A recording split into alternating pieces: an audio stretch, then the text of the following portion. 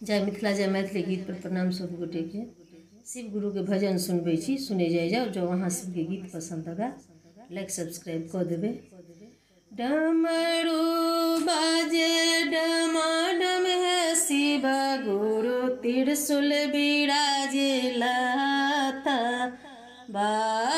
डमरू बाजे डमाडम है शिव गुरु त्रिशूल बिराजे लाता बा।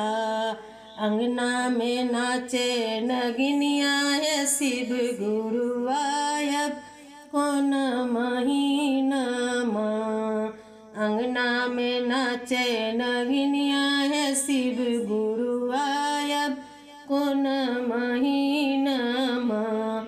जेठ नहीं आयब आखर नहीं आयब आयब सावन महीना माँ।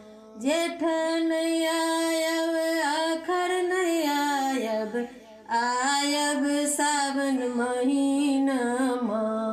भंगिया धतूरा के गर्दा उड़ायब रहब एक महीना माँ। भंगिया धतूरा के गर्दा उड़ायब रहब एक महीना माँ। डमरू बाजे डमाडम है शिव गुरु गंगा बिराजे माथा बा। डमरू बाजे डमाडम है शिव गुरु गंगा बिराजे माथा बा। अंगना में नाचे नगिनिया है शिव गुरु आयब कौन महीना माँ। अंगना में नाचे नगिनिया है शिव गुरु आयब कौन महीना माँ। आसिन नहीं आयब कार्तिक नहीं आयब आयब सावन महीना माँ। आसिन नहीं आयब कार्तिक नहीं आयब आयब सावन महीना माँ।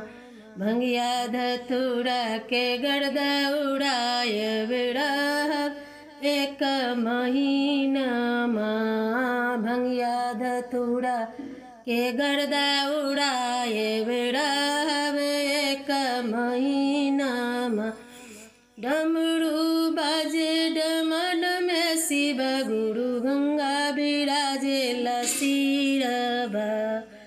डमरू बाजे डमाडम है शिव गुरु त्रिशूल बिराजे हाथबा।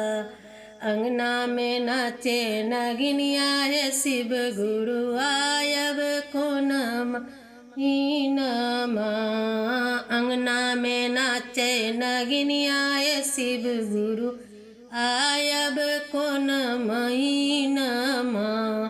कार्तिक नहीं आयब अंगहन नहीं आयब आयब सावन महीना माँ। कार्तिक नहीं आयब आसिन नहीं आयब आयब सावन महीना माँ।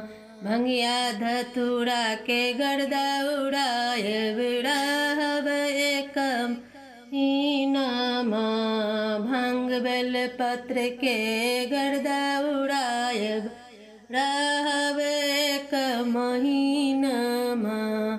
डमरू बाजे डमाडम है शिव गुरु त्रिशूल बिराजे लाता बा।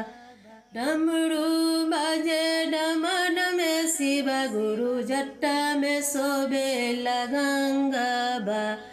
अंगना में नाचे नगिनिया है शिव गुरु आयब कौन महीना माँ। अंगना में नाचे नगिनिया है शिव गुरु